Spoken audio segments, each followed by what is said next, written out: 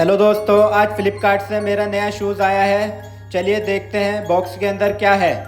Box की packing तो बहुत सही लग रही है।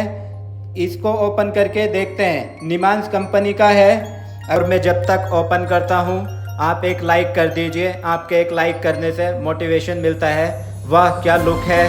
लुक देख सकते हैं आप। ये 7 नंबर का शूज़ है मेरा। काफ़ी कंफर्टेबल फील हो रहा है। आपको कैसा लगा कमेंट्स करके बताएं। और आप परचेज़ करना चाहते हैं तो इसका लिंक बायो में है, जल्दी जाके क्लिक करें और परचेज़ करें।